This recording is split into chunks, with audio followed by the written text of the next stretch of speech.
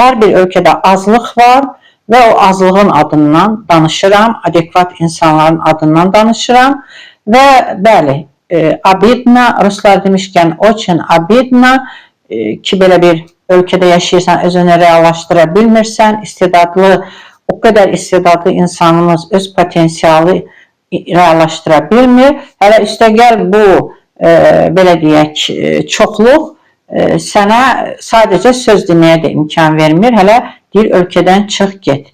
Tanrı, Allah deyək, çox insan Tanrı deyəndə qıcıqlanır. Allah bizi bu ölkədə doğubsa, deməli ki, onun bir bildiyi var.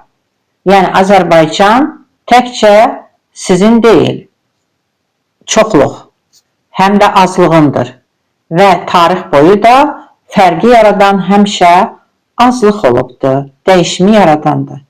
O azlıqlar olmasaydı, o inkişafa, dəyişimi can atanlar olmasaydı, sırf bataqlıq qurbağaları kimi yaşamağı seçənlər olsaydı dünyada, indi sən o cahil insan telefonda oturub gizli bir profillə bax bu cür axmaq rəylər yaza bilməzdin və bizim insanımızın da, yəni səviyyəsini bilmək üçün baxın rəylərə. Bizim insanımızın çox nadir insanlar rəy yaza bilirlər, öz baxış bucaqlarını irəli sürürlər. Ona görə də əvvəlcə rəy yazmağı öyrənmək lazımdır. Ondan sonra insanları manipulyasiya etməmək lazımdır. Elə Heydər Əliyev bu çoxluğun memarıdır. Çünki o çox gözəl manipulyasiya etməyi bilirdi. KGB məktəbinin yetirməsi idi.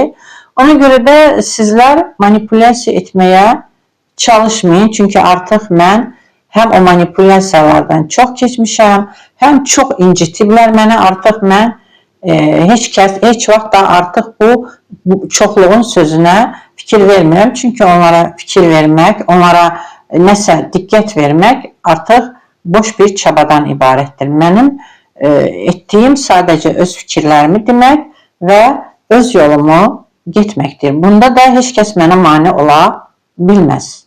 Mənim yolum sevgi və işığa, bilgiyə əsaslanır. Mən öz reallığımı sevgi və bilgi ilə yaradıram.